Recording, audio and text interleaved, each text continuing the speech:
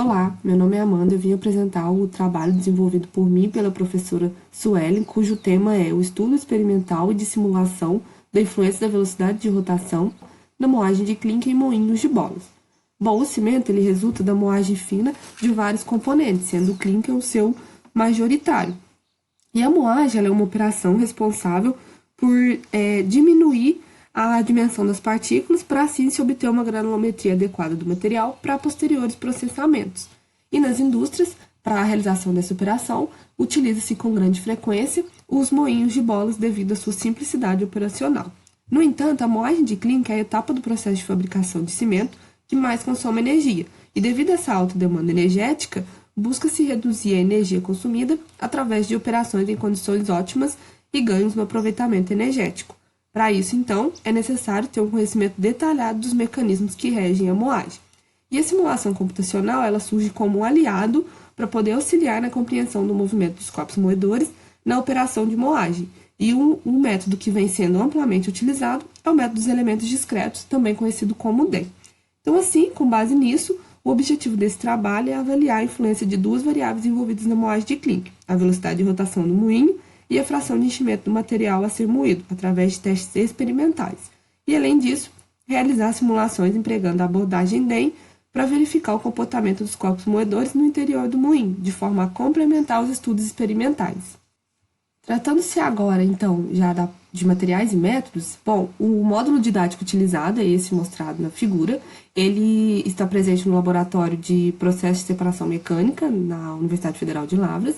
E esse daqui é o tambor. Ele contém 4 pás que auxiliam o carregamento dos corpos moedores e do material a ser moído. Esses daqui são os corpos moedores utilizados, bolas esféricas de aço de 25 milímetros de diâmetro.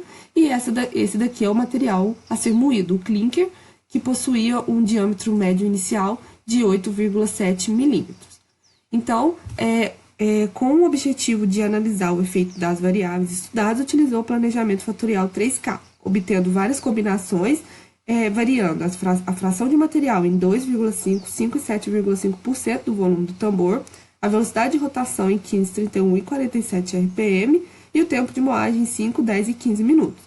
E os corpos moedores, ele manteve-se a fração deles constante no valor de 4% da capacidade do tambor. E então, inicialmente, colocava os corpos moedores e o material no interior do moinho, e aí acionava-se a velocidade e o tempo requerido para o experimento.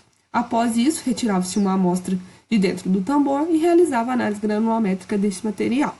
E a parte de simulação computacional, primeiramente, fez-se a geometria do cilindro, montando a malha computacional no software GMSH, e o programa para a realização das simulações foi implementado no software Lights, utilizando o modelo de contato de Hertz-Midlin, e os resultados foram então verificados visualmente no software ParaView.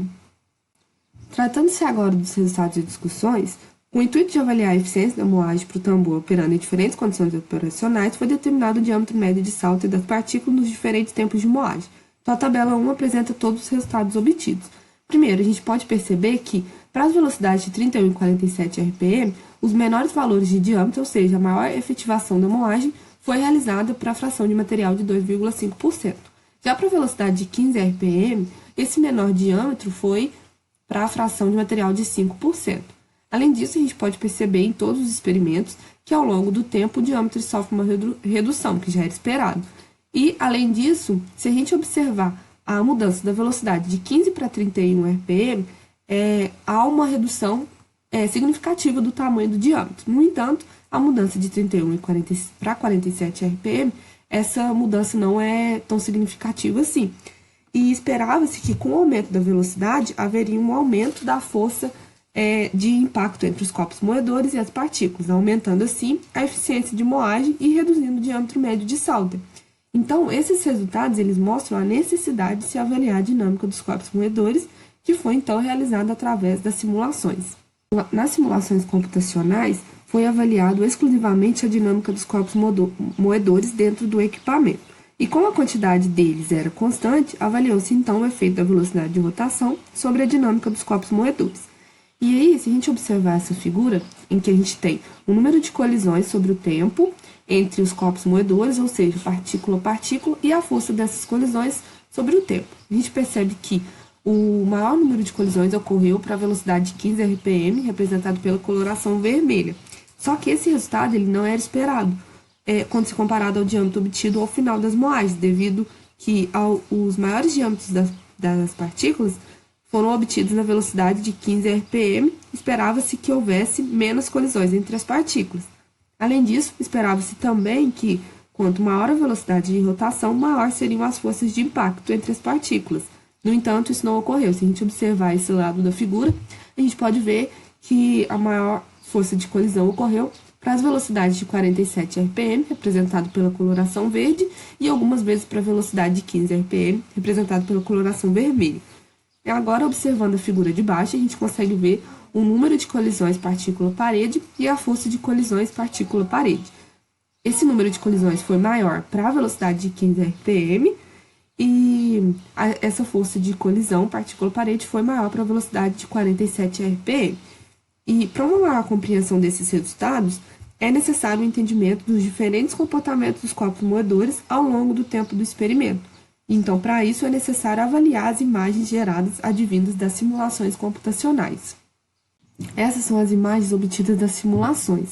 E aqui a gente pode perceber que, nas velocidades mais baixas, os suspensores eles carregam uma maior quantidade de corpos moedores, ou seja, tem uma maior quantidade de corpos moedores em queda. Então, isso justifica o fato de o número de colisões partícula-partícula ser maior para essa velocidade.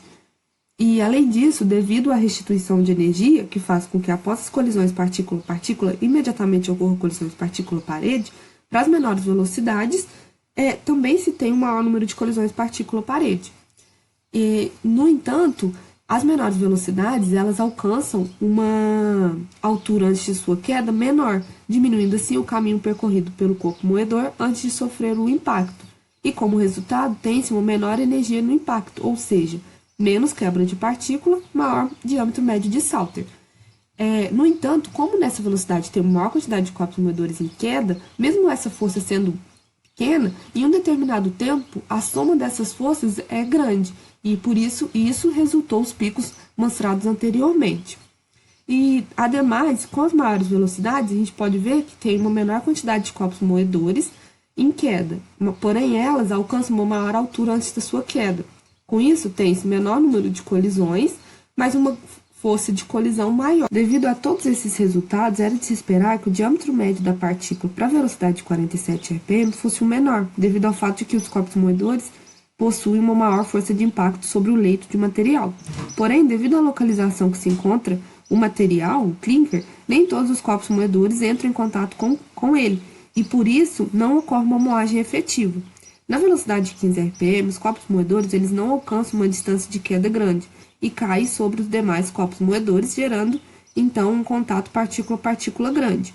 No entanto, o contato partícula-parede é menor e, por isso, essa velocidade apresentou diâmetros maiores se comparados ao mencionado anteriormente para a velocidade de 47 RPM. Já para a velocidade de 31 RPM, os resultados eles foram intermediários e, no geral, apresentou menores diâmetros, devido então à localização de queda das partículas sobre o tambor e sobre as demais partículas, ou seja, os corpos moedores. E o resultado da tabela 1, em que o menor diâmetro da partícula para a velocidade de 15 RPM foi obtido com a fração de Klinker correspondente ao valor de 5%, deve-se ao fato de que nessa fração de material tem um maior contato dos corpos moedores com o clinker que está sobre a parede do moinho. Afinal, em uma menor velocidade, os corpos moedores caem diretamente em cima dos demais e, conseguinte, caem sobre a parede do moinho com uma menor distância que as demais velocidades. Então, a gente pode concluir que, para velocidades intermediárias e frações de enchimento do material baixas, obtém-se melhores resultados apresentando menor diâmetro e, consequentemente, maior efetivação da moagem.